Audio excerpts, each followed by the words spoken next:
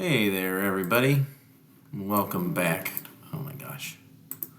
Welcome back.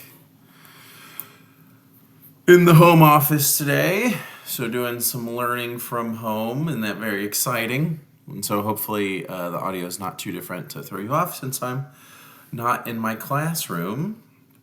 But today, we are going to do our final Road to Revolution video. Make sure you're taking notes on what's highlighted. As always, there will be other videos after this, kind of under more precise topics, but this is the end as far as what we're talking about with events leading up to the American Revolution. I think you could also even find people who are history teachers who would probably say this is a little bit beyond the causes, which is what you're studying in this unit, and would probably put this in kind of a different category. That's okay, but to me, I kind of divide everything where the British leave Boston. I'll talk about that later. So basically, everything before 1776 is still in the lead up.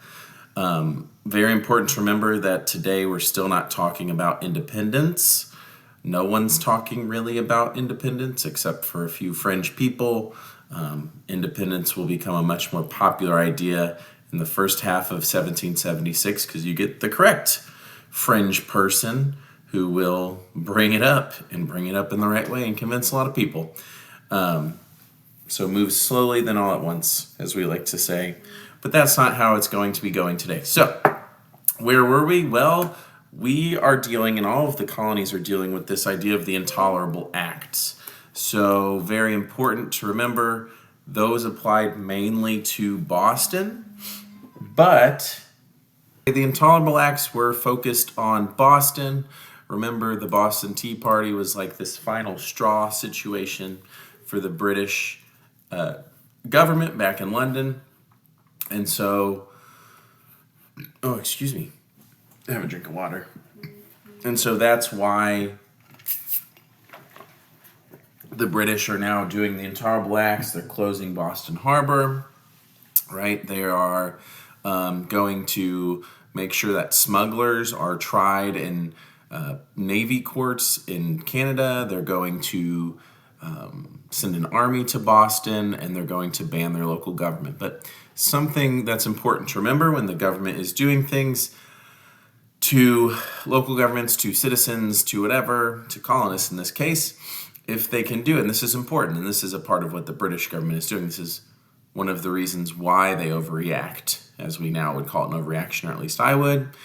They're showing that if Boston acts up and we can do this to Boston, we can do it to you too, right? So we are dealing with Boston, we're punishing them, and if you get out of line, you will also be punished. Colonies don't take too kindly to that. The colonists don't. And remember, they've had committees of correspondence, who were writing back and forth, all the way back here, sharing news of what's going on in the different colonies and strategizing. So they decide to call this thing called the First Continental Congress. 12 colonies send representatives, everyone but Georgia. Georgia at the time was basically dealing with a war from, I think it was Creek or Cherokee Native Americans, and things were kind of dire down there. It was always a little joke that Georgia probably would have been super stoked if the thousands of soldiers that were in Boston had been gotten off at Georgia. They would have been greeted as heroes. But anyway, they aren't in Georgia. They're in Boston. So Georgia doesn't send anybody. They're busy. And so the First Continental Congress meets, right, for just under 2 months, and they decide on a few things. Before this, if you remember, with the Stamp Act Congress and the Sons of Liberty, when the British make the colonists mad, what do? They do non-importation, right? A boycott. They say, hey, we are going to stop buying your goods, and that'll kind of show you that you do need us after all. Hopefully it puts a lot of pressure on the merchants who are in London, who are all very well connected and have friends in Parliament, and then they complain to their friends in Parliament, and there you go. That's kind of the theory, and it works, of how that is supposed to go. Now we're also going to start doing non-exportation, so a total trade embargo. Embargo is when you just stop trading entirely. We'll actually talk about that next semester. But basically, remember, if you're British in the government, you're following mercantilism, and your whole reason for having colonies revolves around this idea that you're getting natural resources and making money. So you make money by selling stuff to colonists, you get natural resources by trade. So we're also going to do some non-exportation. This, if you get into the nitty-gritty of the history, the southern colonists had to basically ask for a little more time. It gets very kind of minute in what they care about. But anyway, we're going to do non-importation and non-exportation.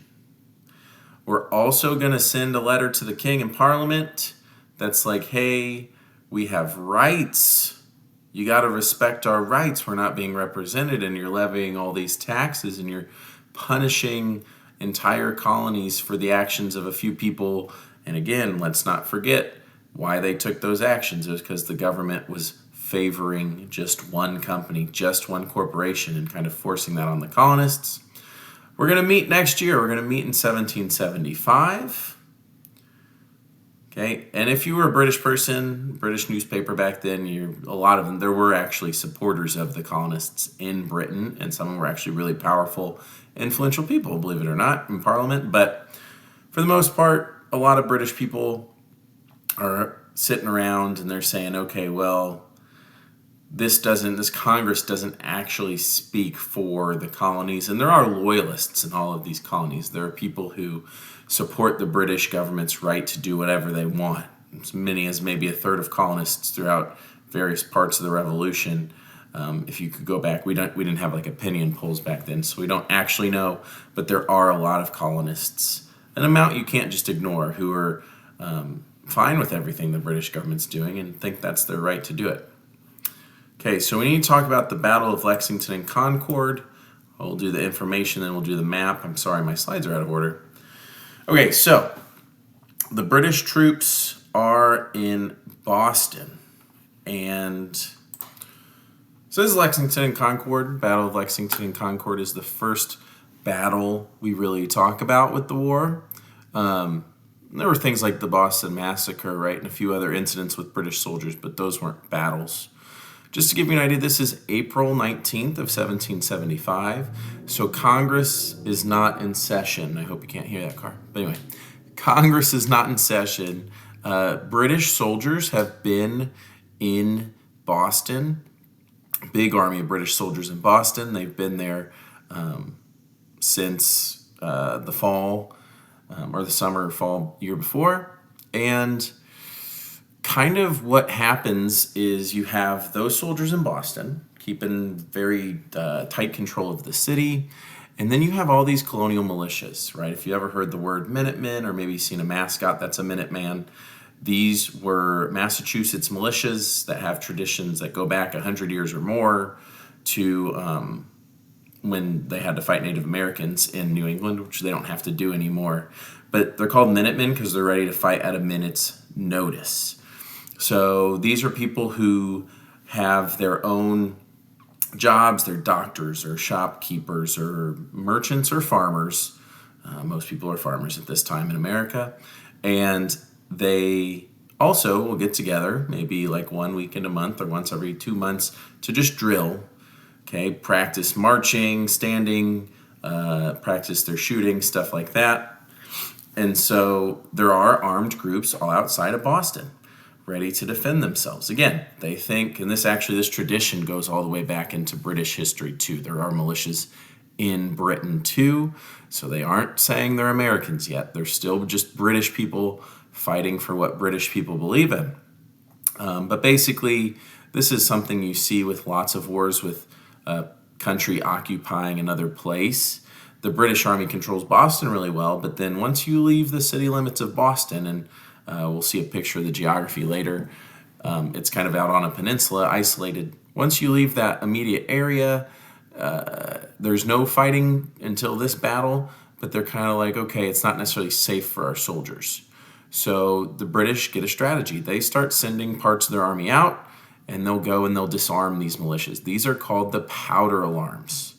Okay, powder is gunpowder that you use to load your musket back then. You would load it with black powder in a bullet. Excuse me. And so this is where basically our Second Amendment comes from, where it talks about a militia being important for a free state.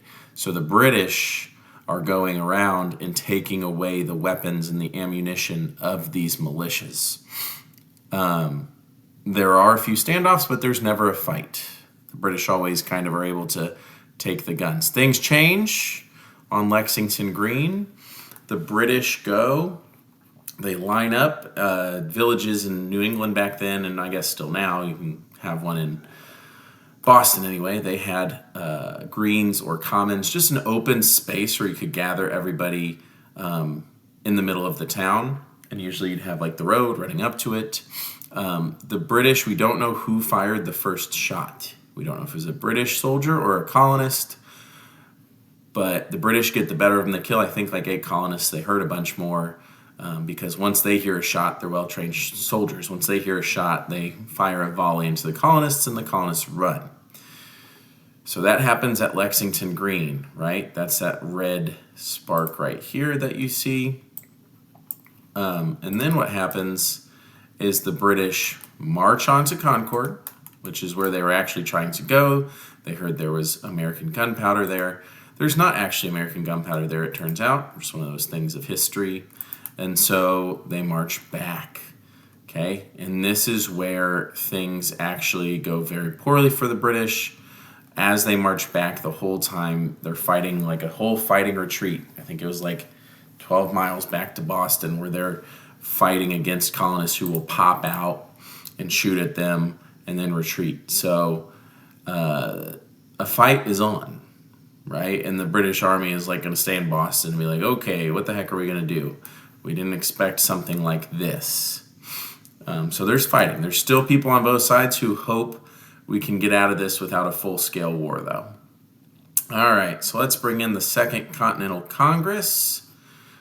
They meet in May of 1775, and they get together, and they will not disband until 1781. So this is the government, the group of people who actually run the American Revolution for the colonists. Again, they aren't looking at independence yet, not even a little bit, but they are doing other things. So they start a Continental Army under George Washington. We aren't just going to rely on local militias. We need an army that can go wherever. We'll talk about that in a minute. And they also do this thing called the Olive Branch Petition. If you don't know, when you extend an olive branch, it's like making peace with somebody, right? Putting away your beef, if you will. And they send an olive branch petition to the king. They just sign it. They say, hey, we want to make peace with you. Stop doing messed up stuff. He's gotten letters like this from colonists before. Word is he doesn't even read it. So there you go. And it's the government that ends up running. Okay, I said that already. Cool. Continental Army, I always want to kind of talk about this a little bit, even though I'm not going to make you write anything down about it. If you were in a militia back then, you joined that to defend your home, your town, or your colony, whatever it might be.